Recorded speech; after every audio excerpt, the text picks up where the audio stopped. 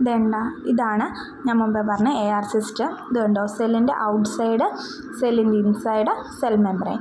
അതിനകത്ത് വരുന്നതാണ് primary dehydrogenase എന്ന് പറയുന്ന എൻസൈം ഉണ്ട്. ആ പ്രൈമറി ഡീഹൈഡ്രജനേസ് എൻസൈംസിൽ, അതായത് എന്താണ്, ഓക്സിജൻ്റെ പ്രസൻസിലാണെങ്കിൽ ഈ പ്രൈമറി ഡീഹൈഡ്രജനേസ് എൻസൈം പിന്നെന്താണ്, റെസ്പിറേറ്ററി ഇൻഹിബിറ്ററി മീഡിയേറ്റർ ഉണ്ട് അവിടെ. ആ റെസ്പിറേറ്ററി ഇൻഹിബിറ്റർ മീഡിയേറ്റർ എന്ത് ചെയ്യുന്നു, ഇലക്ട്രോണിനെ ക്യാരി ചെയ്തിട്ട് ടെർമിനൽ ഓക്സിഡേസിൽ, അതായത് ഓക്സിജൻ വരുവാണെങ്കിൽ അകത്തേക്ക് ഓക്സിജനെ കടത്തിവിടത്തില്ല.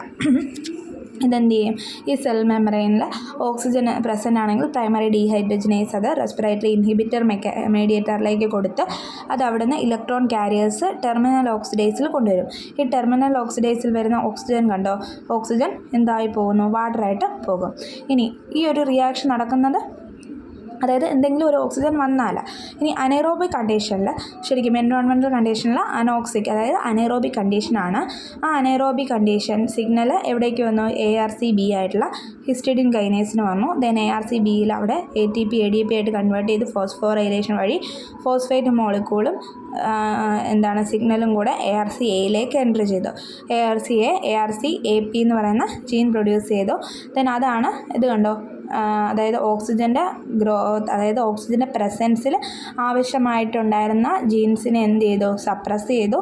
ദെൻ അനൈറോബിക് കണ്ടീഷനിൽ ആവശ്യമായിട്ടുള്ള ജീൻസിനെ എന്ത് ചെയ്യുന്നു, ഇൻഡ്യൂസ് ചെയ്യുന്നു. ഓക്കെ, ഇതാണ് സെക്ഷൽ സ്റ്റേറ്റ് എന്ന് പറയുന്നത്. CPX എന്ന് പറയുന്ന ജീനാണ് സെക്ഷൽ സ്റ്റേറ്റ്. അവിടെയും ATP ADP ആയിട്ട് കൺവേർട്ട് ചെയ്ത് ഫോസ്ഫേറ്റ് മോളിക്യൂളിൻ്റെ ഹെൽപ്പോടുകൂടി ARCAയിലേക്ക്, റെസ്പോൺസ് റെഗുലേറ്ററിലേക്ക് സിഗ്നൽ വരുന്നു.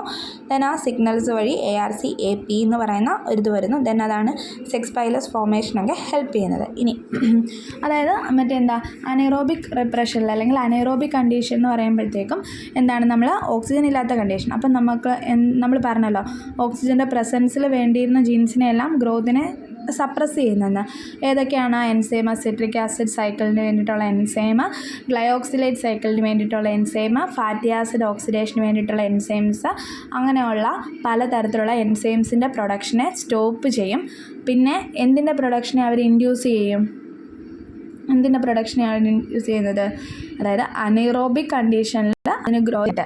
ഓക്കെ, സൈറ്റോക്രോം ഡി ഓക്സിഡേസ് അങ്ങനെയുള്ള എന്താണ് അനൈറോബിക് കണ്ടീഷനിൽ ഗ്രോ ചെയ്യാനായിട്ട് ആവശ്യമായിട്ടുള്ള എൻസൈംസിനെ എന്ത് ചെയ്യുന്നവർ പ്രൊഡ്യൂസ് ചെയ്യും. ഓക്കെ, ഇതാണ് ARC സിസ്റ്റം എന്ന് പറയുന്നത്.